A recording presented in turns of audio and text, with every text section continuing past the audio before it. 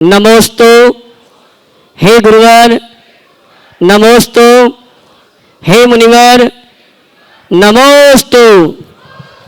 और आइए संघ का समाधान के कार्यक्रम के लिए प्रथम संघ का लेके आए हैं श्रीमान आकाश जी, विपिन जी, रेवाड़ी खुराई, सहजपुर अपने सभी यात्रियों के साथ। उसके बाद तैयार रहेंगे विधायतन ट्रस्टी श्रीमान अभिनंदन जी, भोपाल।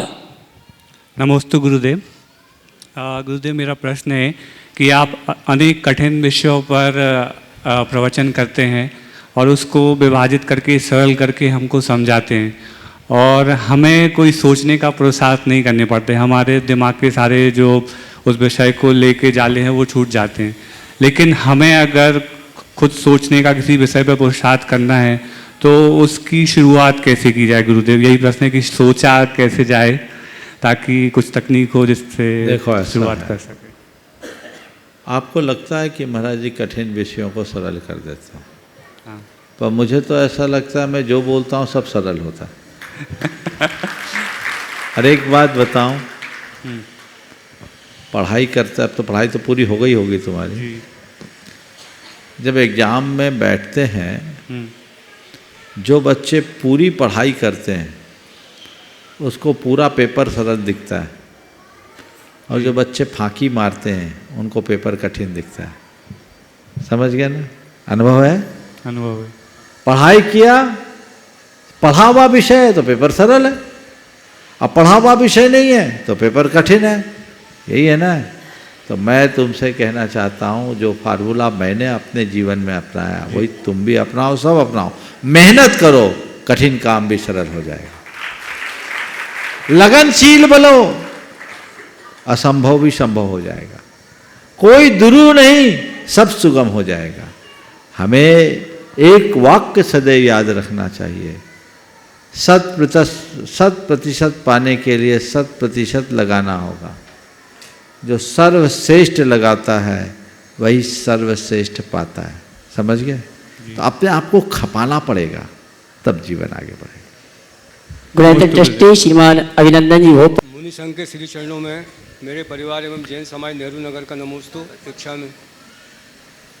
महाराज जी, आपके आशीर्वाद से नेहरू नगर नीलबर्ग में होने जा रहे पंचकल्याणक महोत्सव में हम लोगों को भगवान के माता पिता बनने का सौभाग्य प्राप्त हुआ है। वैसे तो यह एक अभिनय मात्र है, परंतु इसमें हमारी भावनाएं कैसी होना चाहिए तथा हमारे जीवन में क्या परिवर्तन आना चाहिए? देखिए, माता पिता बनना एक अभिनय नहीं, एक बहुत बड़ा सौभाग्य है। अगर आप उसे एक अभिनय के रूप में देखते हैं तो शायद उसका वांछित परिणाम नहीं मिलेगा, लेकिन इसे अपने जीवन का एक सौभाग्य मानते हो तो वह सब कुछ प्राप्त कर सकते हो जो आज तक प्राप्त नहीं किया। हमें अपनी भावदशा ऐसी बनाना चाहिए, और मैंने अनेक लोगों को देखा जो माता पिता बने तो उस घड़ी उनके ही भीतर के परिणाम ऐसे हुए मानो वाकई में माता पिता बने।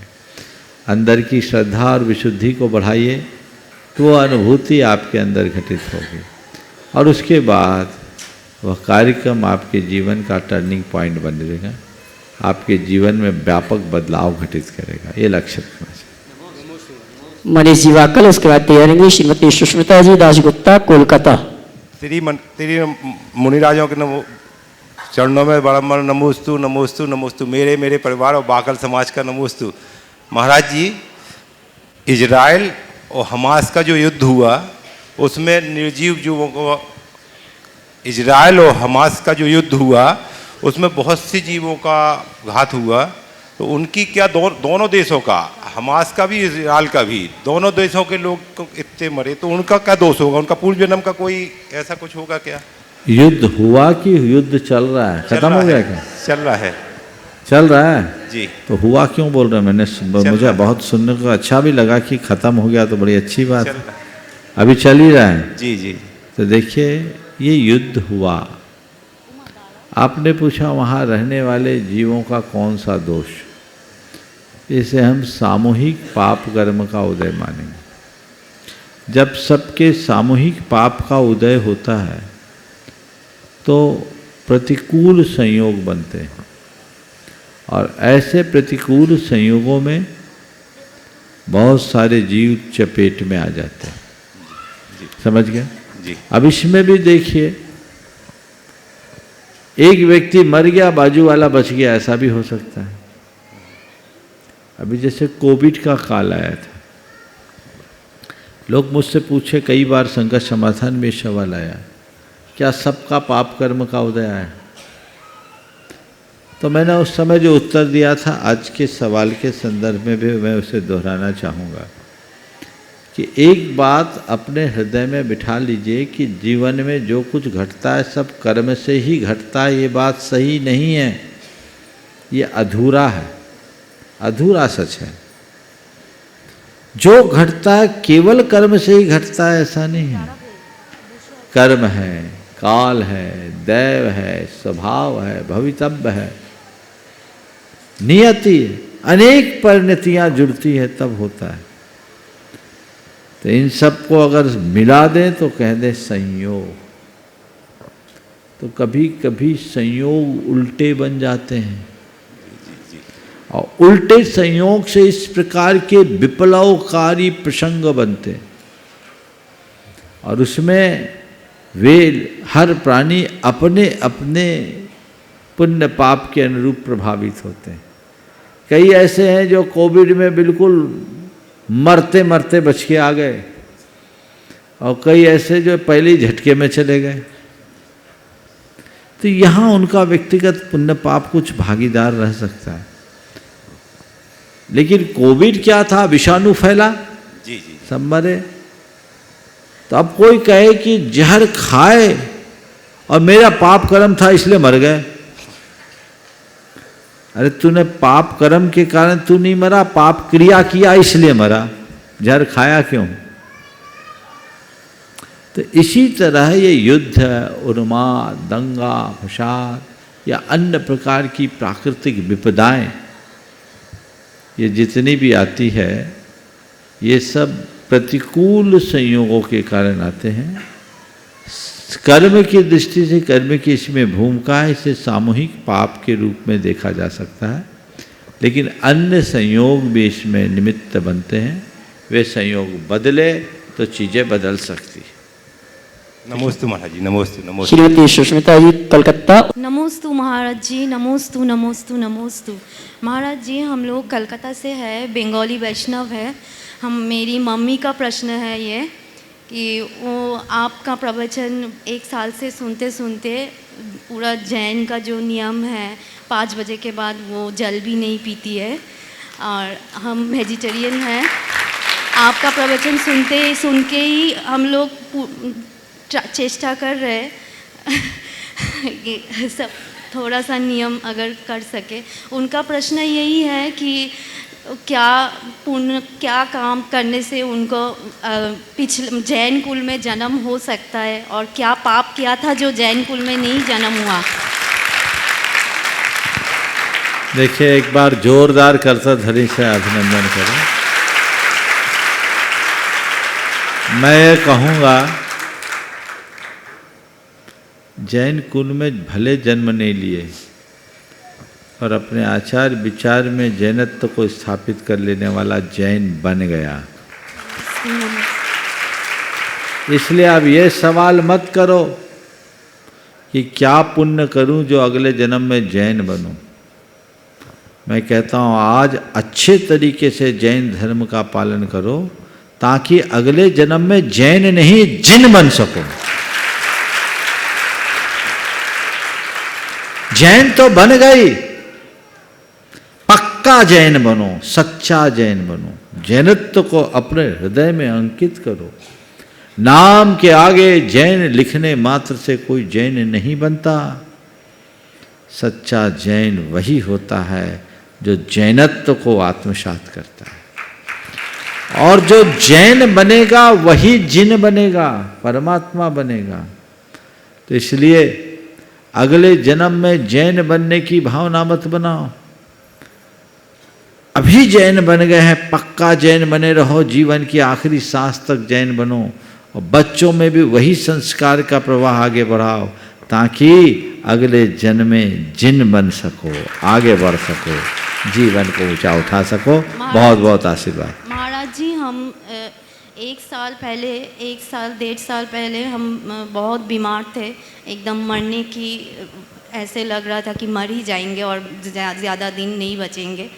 तो जब से नमोकार मंत्र मम्मी ने, मेरी माँ ने बोला कि नमोकार मंत्र करो, तो पूरा एक साल कैसे अभी थोड़ा ठीक हो रही हूँ।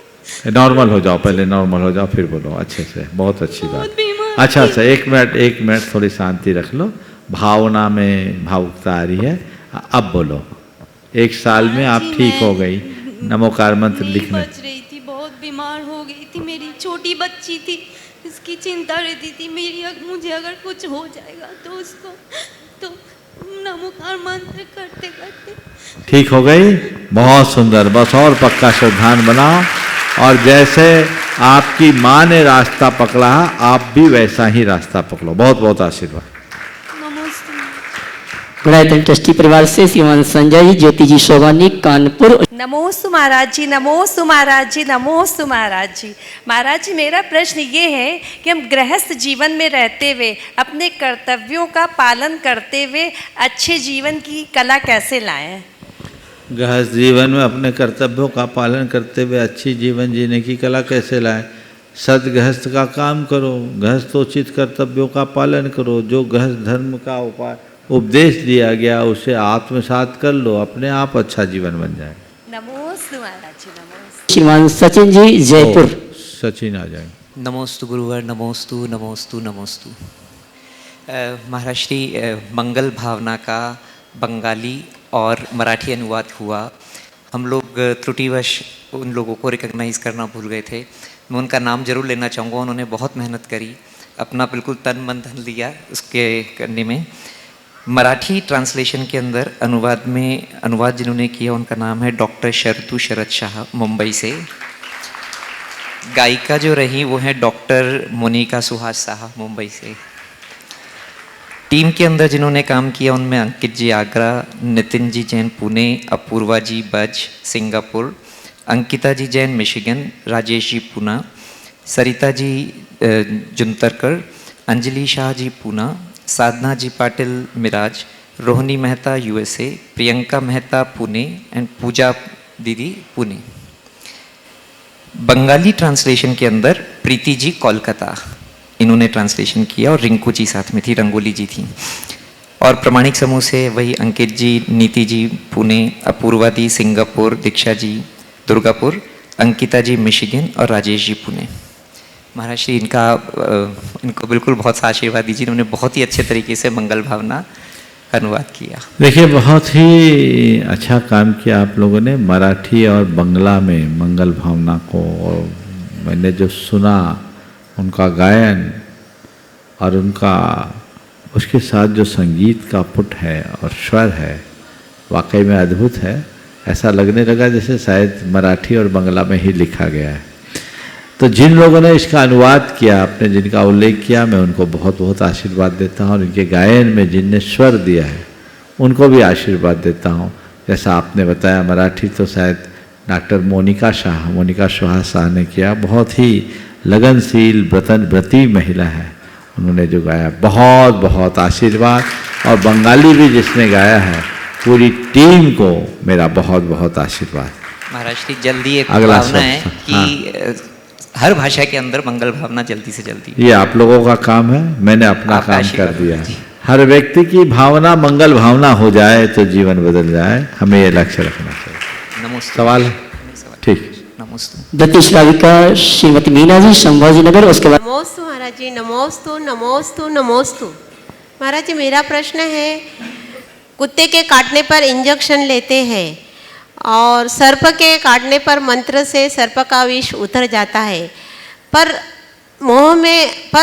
आत्मा में लगे राग द्वेष और मोह की त्रिपुष्टि के जंग को हम कैसे प्राप्त करें, विजय कैसे प्राप्त करें? देखिए, सांप और कुत्ता का जो दंश है ना, वो दिख जाता है, तो आप इलाज भी करते हैं। मोह का दंश बड़ा भयानक है, दिखता नहीं, और उसका इफेक्ट होता है, पता नहीं लगता।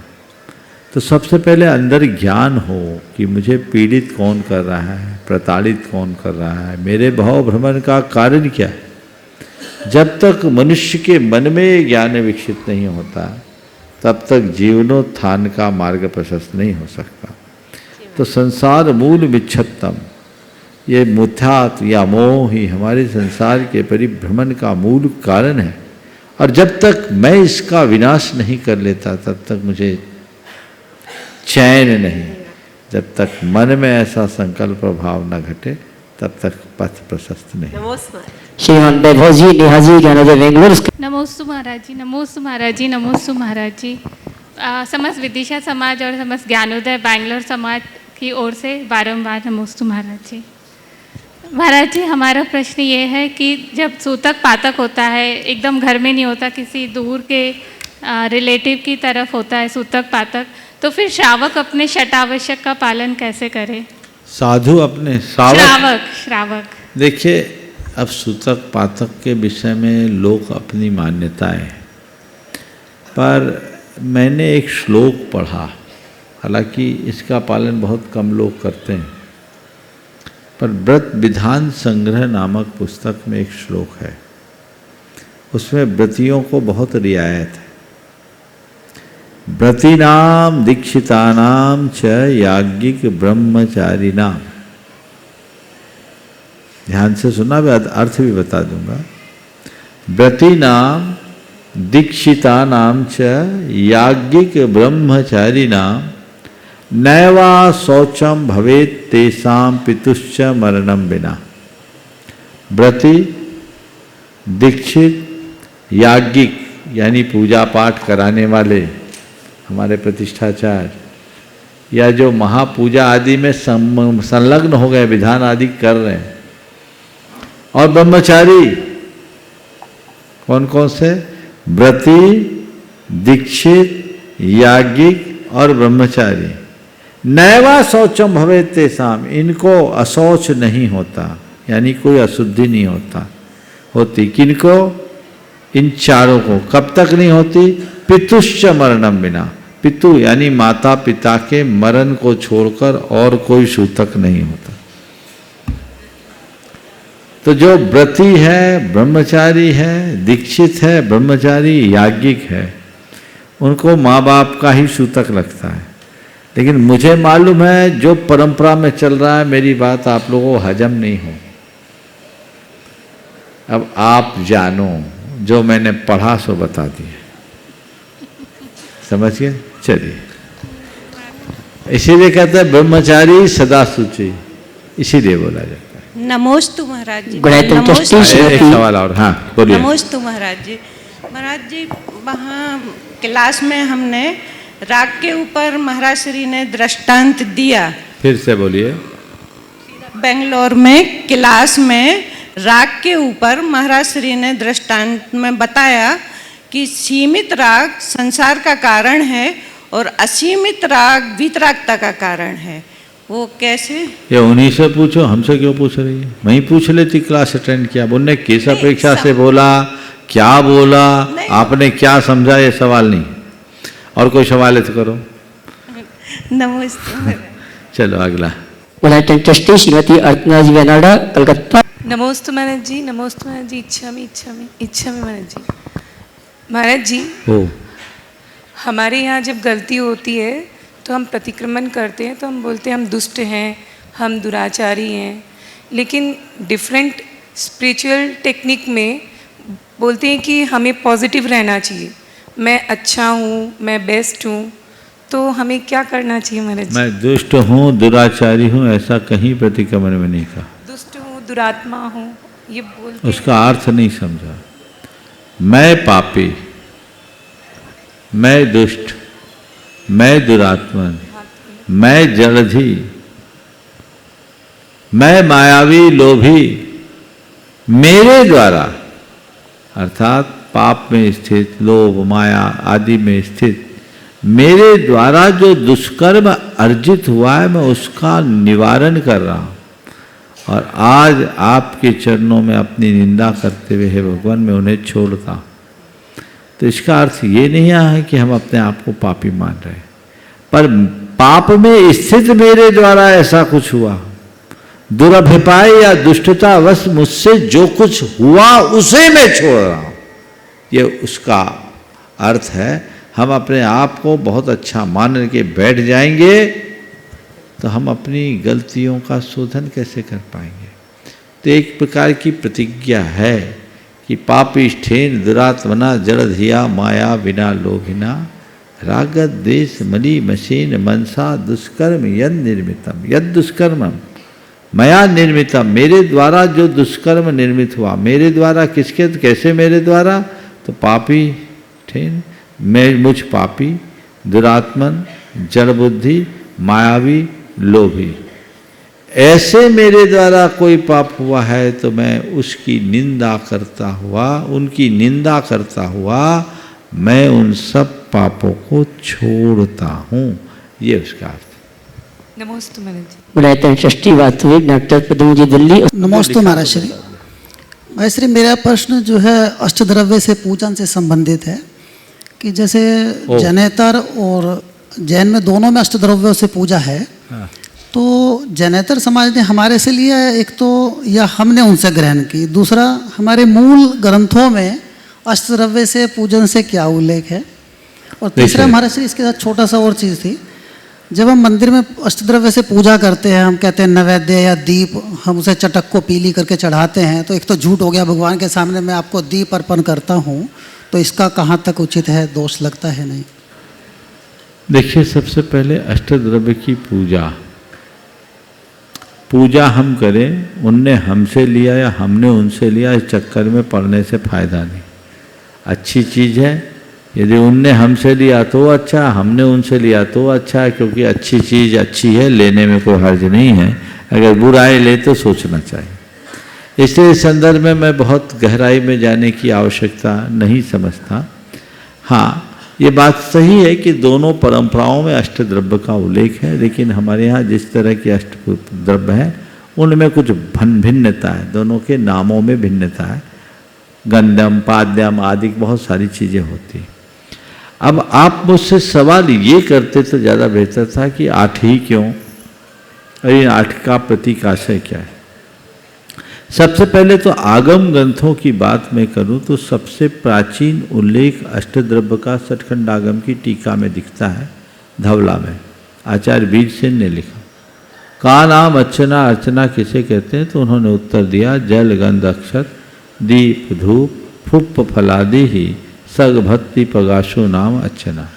जल गंध अक्षत दीप धूप पुष्प फल आदि के द्वारा अपनी भक्ति को प्रकाशित करने का नाम अर्चना, यानी पूजा वही है जिसमें अष्टद्रव्य हो। इन अष्टद्रव्यों का उल्लेख आचार्य जिनसेन महाराज ने आदि पुराण में भी किया और काफ़ी विस्तार से किया।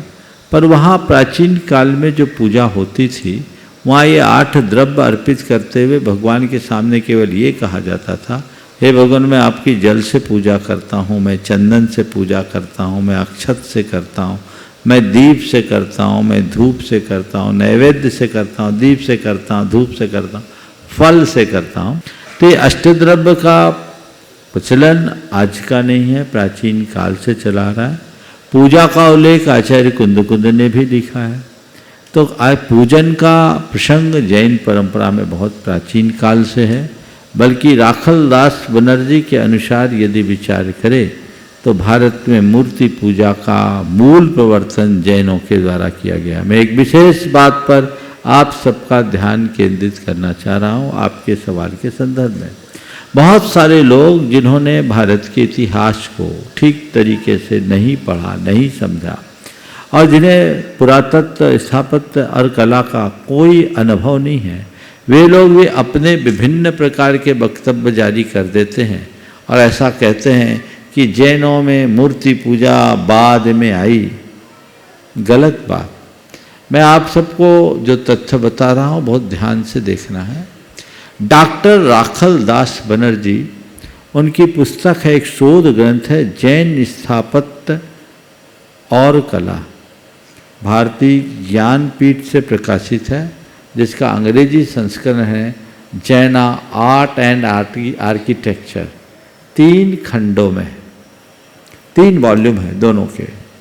उसको मैंने बहुत पहले पढ़ा था। उसमें उन्होंने एक बात लिखी कि भारत में मूर्ति पूजा का मूल प्रवर्तन जैनों के द्वारा हुआ। वह डॉक्टर राखलदास बनर्जी जैन नहीं, वो बहुत बड़े पुरातत्व के विद्वान थे, और उसमें उन्होंने उसके 3 बड़े प्रबल प्रमाण दिए। सबसे पहला हड़प्पा मोहनजोदड़ो के उत्खनन से प्राप्त अवशेष, जिसमें FGH फलक 449 जिसमें भगवान ऋषभ देव की कायुत्सर्ग मुद्रा में स्थित एक मुद्रा अंकित है, उसका उन्होंने उल्लेख किया और कहा कि मोहनजोदड़ो की सभ्यता, सिंधु घाटी की सभ्यता में जैनों का बाहुल्य था, वो जैन सभ्यता थी और जैन लोग अपनी तीर्थंकरों की मूर्ति की पूजा करते थे।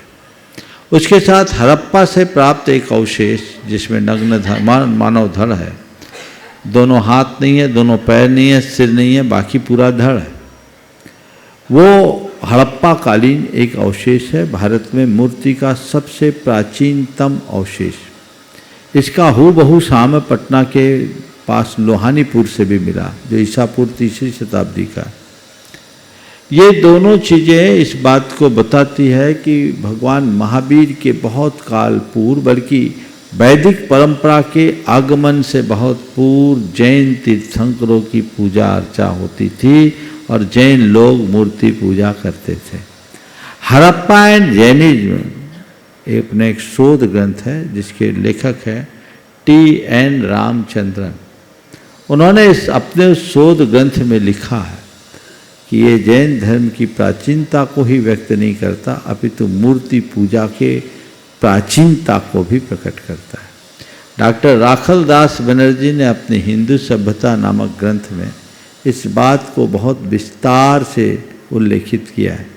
मैं पूरी चर्चा करना शुरू करूं तो पूरा सत्र शायद इसी विषय में पूरा हो जाएगा, लेकिन मैं समझता हूं सार में ही विस्तार हो सकता है, आप समझ गए होंगे। इसलिए ये कहना कि जैनियों ने अष्टद्रव्य उनसे लिया या उनने जैनों से लिया, इस पछड़े में मत पड़ो।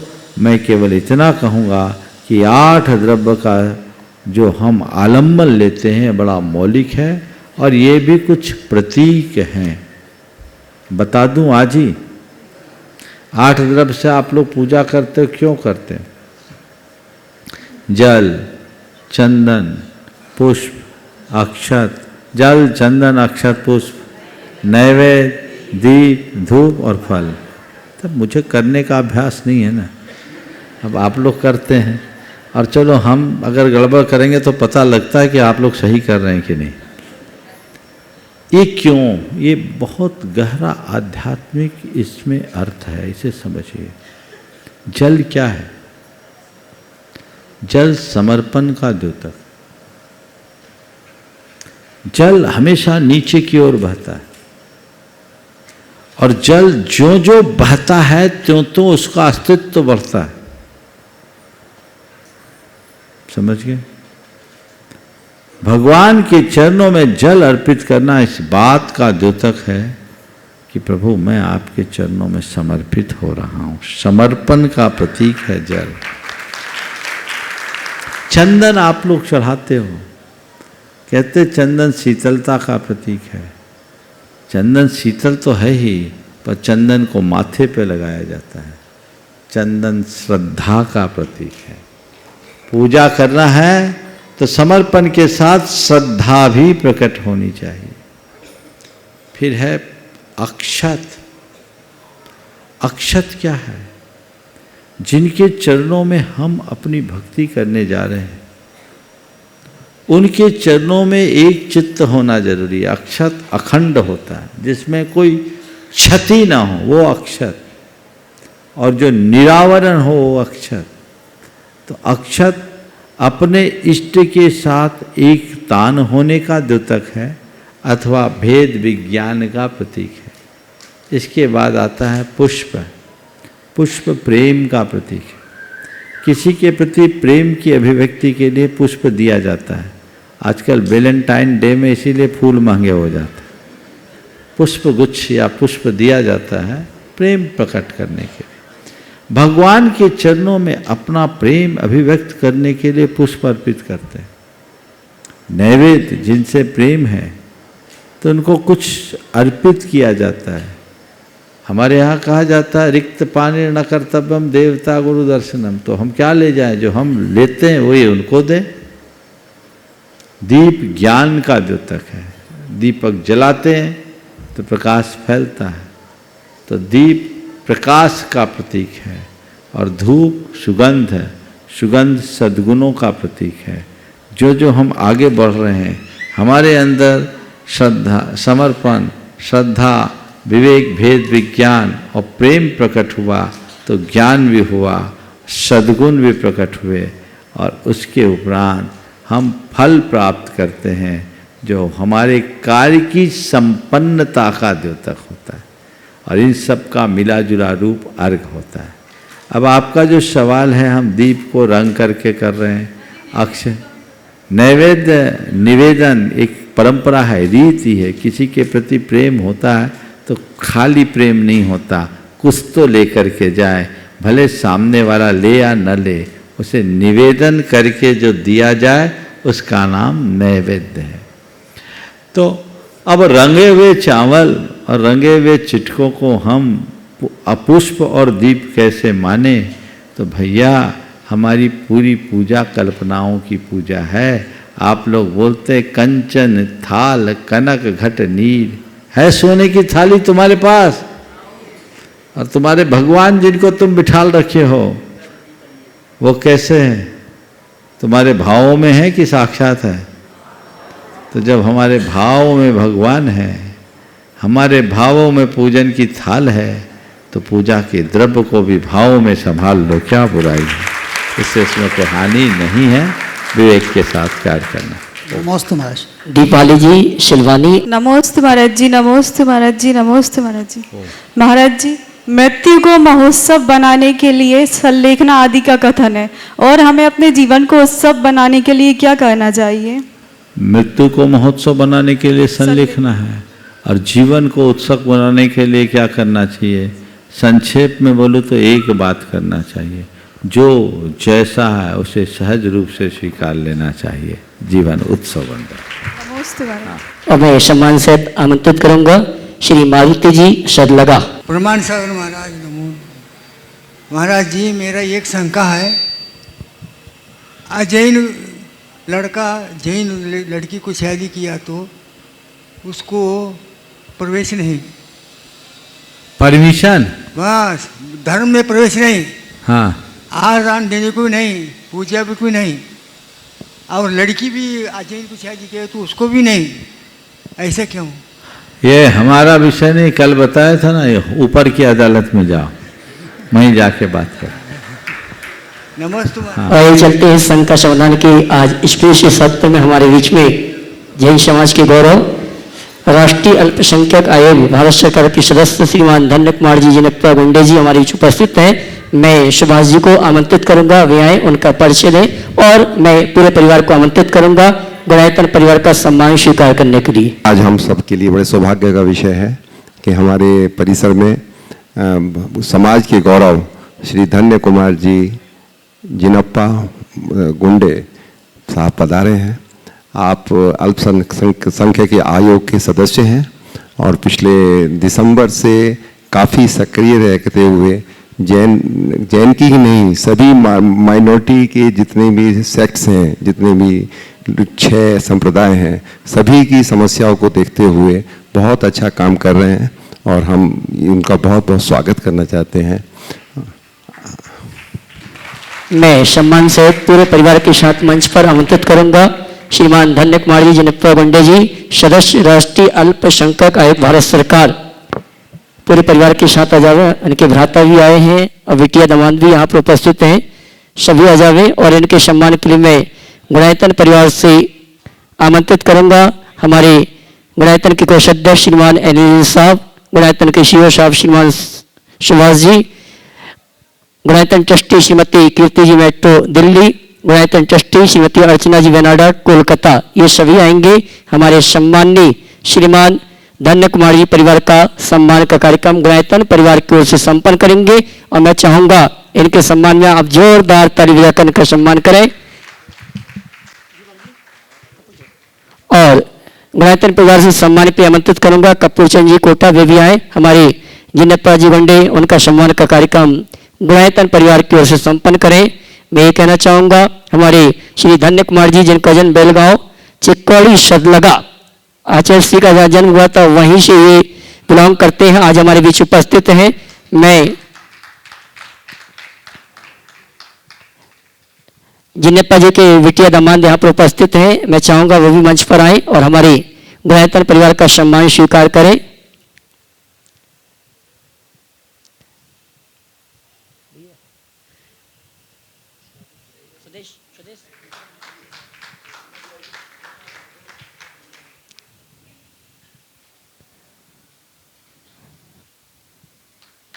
तालियां आपकी बहुत कम बज रही हैं। हमारे जैन समाज के गौरव जो भारत सरकार में राष्ट्रीय अल्पसंख्यक आयोग में समाज का प्रतिनिधित्व सदस्य के रूप में विगत 2 वर्षों से कर रहे हैं और जो भी समाज की समस्याएं हैं उन समस्याओं को सरकार तक पहुंचाने में जिनका भरपूर सहयोग है, ऐसे श्रीमान धन्य कुमार जी जिनप्पा वंडे उनका सम्मान हो रहा है और आपकी तालियां तो बजनी चाहिए।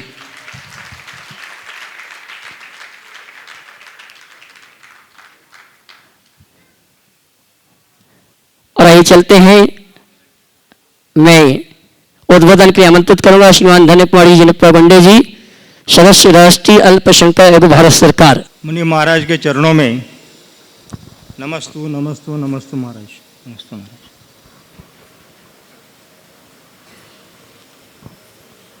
श्रद्धेय माताएं और बंधु,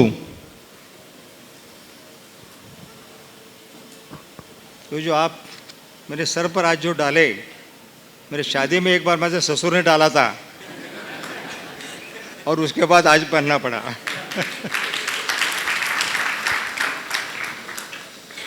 लेकिन जो ससुर ने जो डाला था वो बहुत भारी था और उससे भी भारी है क्योंकि इसमें पूरा धर्म भरा है।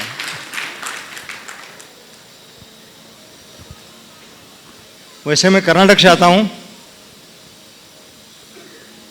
मेरी मातृभाषा कन्नड़ है। हिंदी अभी दिल्ली में आने के बाद 1 बरस में थोड़ा सीख लिया। मेरा आप सबको एक सवाल है, जब आप सपना देखते हैं, ड्रीम्स, अपने मातृभाषा में देखते हैं क्या इंग्लिश और अलग भाषा में देखते हैं? मातृभाषा में देखते हैं। तो मुझे मेरे मातृभाषा में बोलना बहुत ठीक लगता था, लेकिन आप सबको देख के हिंदी में बोलने की थोड़ा कोशिश कर रहा हूँ।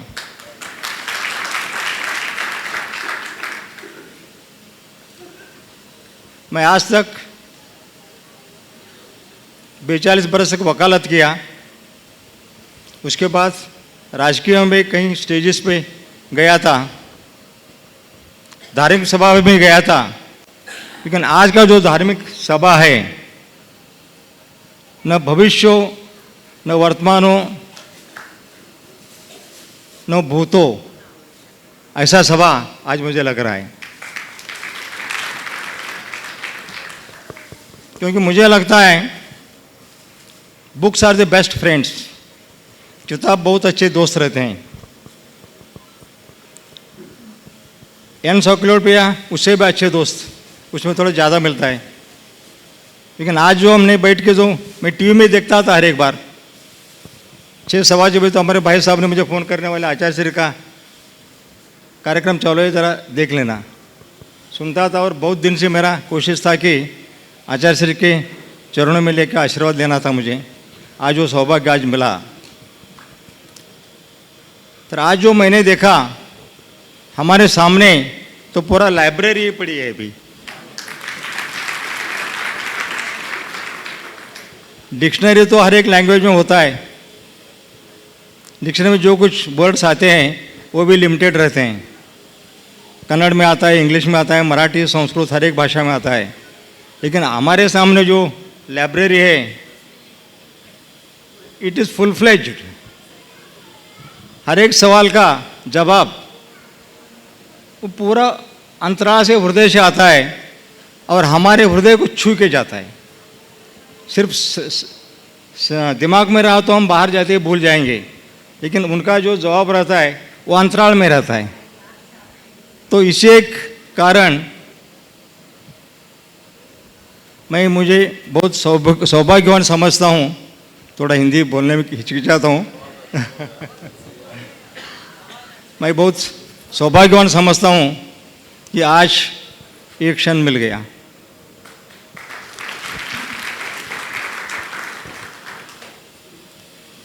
वैसे तो मैं जिस जगह से आता हूँ वो विलेज का नाम है बोरगांव। आचार्य विद्यासागर के गांव से करीबन 4 किलोमीटर डिस्टेंस पे है। मैंने बोरगांव में। और मेरा जो कर्म भूमि है, मेरे पिताजी बोरगांव से चिकोड़ी आ गए, तो उस टाइम से चिकोड़ी मेरा कर्म भूमि बन गया। सतलगा चिकोड़ी से करीबन 15 किलोमीटर होता है। उधर से 7 किलोमीटर कोथली आता है, जहाँ से देशभूषण आचार्य जी आते हैं। बोझ वहाँ से करीबन 20 किलोमीटर आता है, जहाँ से शांति सागर जी महाराज आते हैं।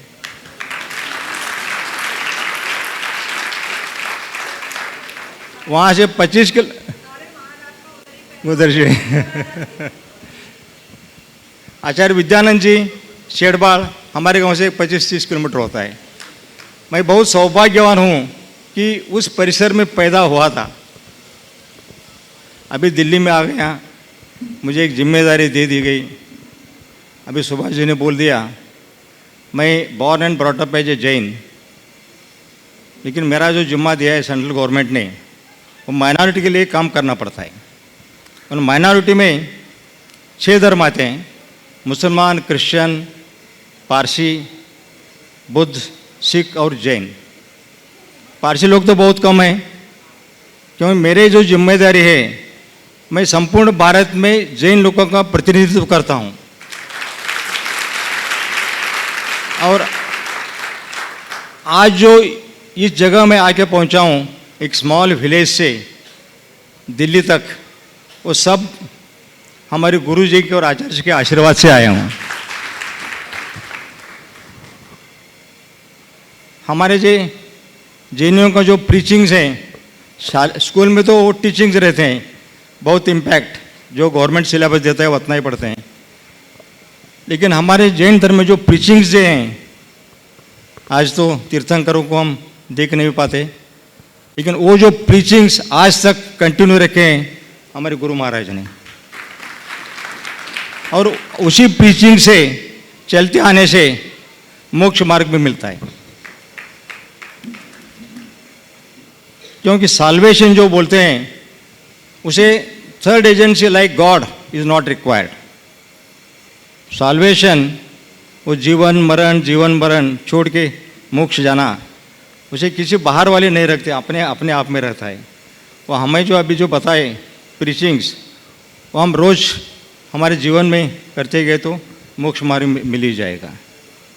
अभी एक ने प्रश्न किया इस्राइल वॉर क्यों हो रहा है, इस्राइल वॉर का क्या होगा?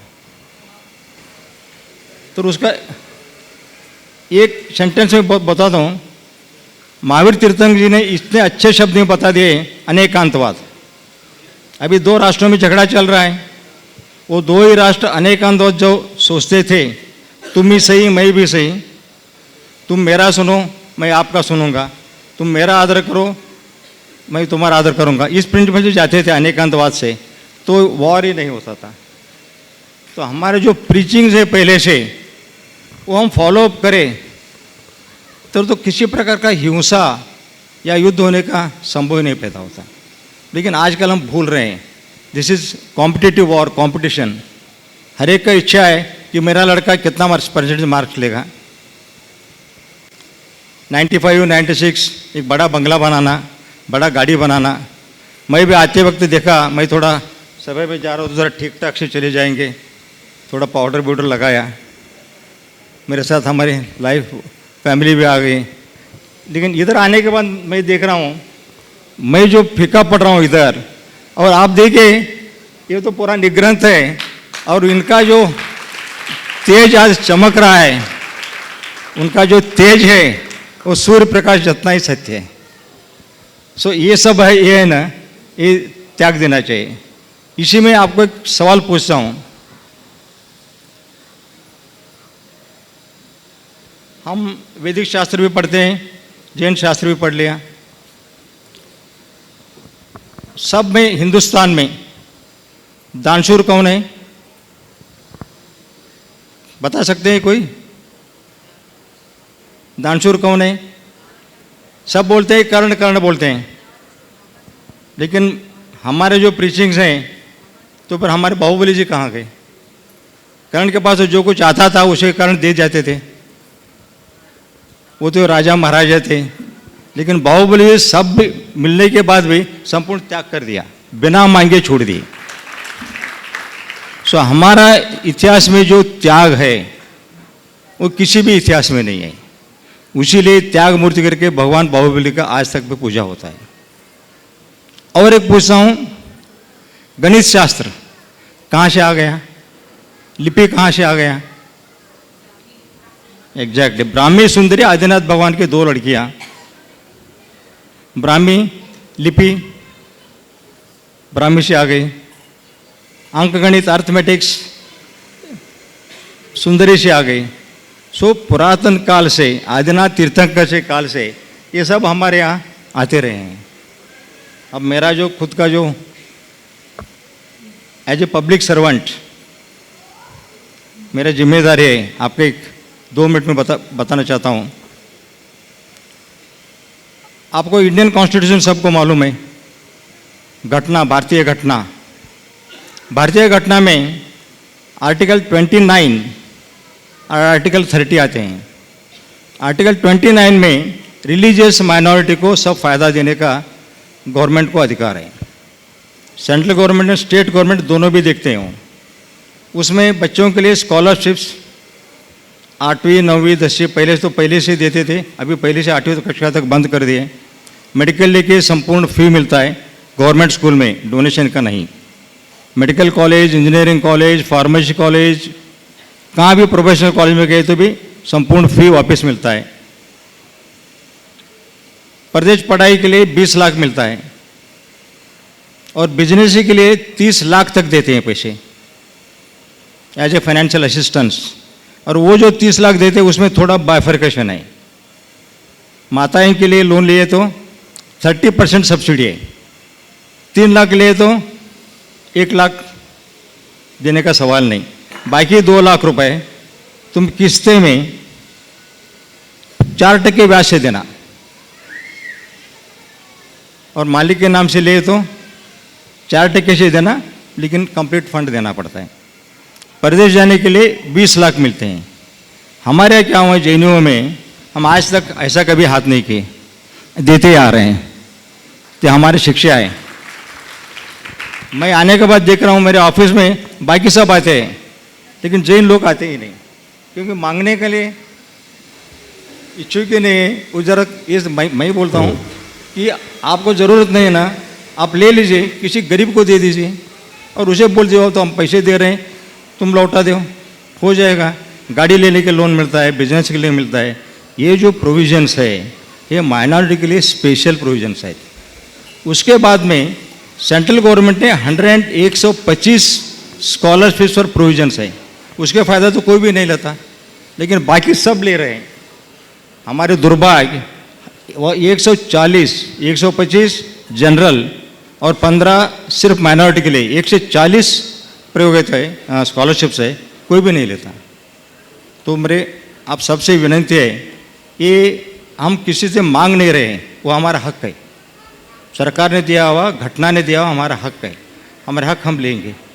इसके आपसे दान मत समझिए, हम वापस देने वाले हैं। सब लोग तो हमें दिल्ली में आने के बाद मुझे बोल दिया दिल्ली वाले, ये तो आगर्भ श्रीमंत जैन आ गए कपूली। मैं बोला ठीक है, मैं आगर्भ श्रीमंत हूँ, लेकिन मैंने हम चेयरमैन से बोल दिया दिल से, और मैं धर्म से बहुत आगर्भ श्रीमंत हूँ, लेकिन हमारे यहाँ गरीब लोग आज भी है, 1 एकड़ 2 एकड़ खेती करते हैं, दिन भर काम करने के बाद उनका पेट भरता है। गरीब लोगों के लिए पूरा है, तो इसका हम फायदा लेना चाहिए। मुझे लगता है टाइम हो रहा है ज़्यादा, मैं ज़्यादा बोल रहा हूँ। देखिए फिर भी सबसे एक बार जोरदार करते ध्वनि से गुंडे साहब का अभिनंदन कीजिए। सबसे पहले बात तो मैं कहूँगा, ये हमारे समाज के लिए बहुत गौरव का प्रसंग है ये बड़े गौरव का प्रसंग है कि आज अल्पसंख्यक आयोग में ऐसे धर्मनिष्ठ लोगों को स्थान मिला है। माइनॉरिटी में जैनों के होने के नाते किसी जैन को तो स्थान मिलना ही था, लेकिन नेशनल माइनॉरिटी कमीशन जिसमें कुल 6 सदस्य होते हैं जो एक केंद्रीय मंत्री के दर्जे को प्राप्त होते हैं, उनमें गुंडे साहब हैं आज यहाँ। इन्होंने माइनॉरिटी के लिए काफ़ी काम किया है और आज मुझसे जब इनकी चर्चा हुई, चूँकि ये जो बोल रहे थे बहुत अच्छी हिंदी बोली इन्होंने, पर कुछ कुछ चीज़ें जो है आप लोग नहीं समझ पाए, इसलिए मैं उसकी विवेचना आप सबके बीच करना चाहूँगा। और आज इनसे चर्चा में बहुत सारी बातें उभर कर आई जिसके प्रति पूरी जैन समाज में जागरूकता होनी चाहिए। बेनिफिट्स ऑफ माइनॉरिटी के प्रति लोगों में कोई अवेयरनेस नहीं है। बिजनेस में, एजुकेशन में और स्कॉलरशिप में और अन्य कार्यों में बहुत सारे बेनिफिट्स हैं। बच्चों की पढ़ाई के लिए आज कई लोग बहुत परेशान होते हैं। जैन अमीर हैं ऐसा एकांत नहीं है, बहुत सारे जैन ऐसे भी हैं जिन्हें 2 वक्त की रोटी खाने की भी व्यवस्था नहीं। फिर गवर्नमेंट अगर कोई नीति बनाई है और आप उसके अधिकारी हो तो आपको उसमें लेने में कोई हर्ज नहीं, बल्कि उसका लाभ उठाना ही चाहिए ताकि आप अपने बच्चों को अच्छी शिक्षा दे सके, व्यवसाय अच्छा कर सके। एक बात जो अभी यहाँ उभर कर आई कि गवर्नमेंट के हिसाब से जो भी माइनॉरिटी सेक्ट के व्यक्ति हैं, चाहे वो कोई भी हो, 6 में 6, उनको बिजनेस के लिए 3 लाख से लेकर 30 लाख रुपए तक का लोन मिल सकता है, 4% ओनली। और अगर वो महिला है तो उसको 30% की सब्सिडी। और शायद ये भी है कि टाइम पर चुका दो तो और भी कोई फायदा है। कितना बड़ा फायदा है। बच्चों को स्कॉलरशिप के लिए 20-20 लाख तक का प्रोविजन है, 5,000 रुपये से लेकर 20 लाख रुपए तक। उसके लिए आपको कुछ करने की जरूरत नहीं है, केवल तहसीलदार से लिखवाने की जरूरत है कि हम माइनॉरिटी सेक्ट से जुड़े हैं। और बैंक को देना पड़ेगा, गवर्नमेंट को देना पड़ेगा। इन्होंने मुझसे चर्चा में कहा कि अगर कोई करता है, नहीं करता है, तो आप इनकी वेबसाइट पे एक मेल भर डाल दीजिए। इनके अब तो इनका नाम भी ले लीजिए, धनंजय कुमार जिनप्पा गुंडे, सब नाम याद करो। तक खोलोगे तो माइनॉरिटी कमीशन में इनकी साइट खुल जाएगी और इनकी साइट खुलेगी तो सबका रास्ता खुल जाएगा। ये प्रयास करना चाहिए, तो ये अवेयरनेस होना चाहिए। अभी इन्होंने मुझसे कहा कि सब माइनॉरिटी का फायदा उठाते हैं, जैन आते ही नहीं, जबकि अभावग्रस्त जैनों की कमी नहीं है। और आज भी बहुत सारे जैनी ऐसे हैं जो दूसरों से 10-10% में पैसा उठा करके काम कर रहे, कर्ज में डले हैं, दबे हैं, महाजनों के चुंगल में फंसे हैं। सरकार ने ये नीति केवल इसीलिए बनाई है कि लोग ऐसे लोगों के गिरफ्त से बाहर आए, उनके चक्रव्यूह से मुक्त हों, तो इसका लाभ उठाना चाहिए।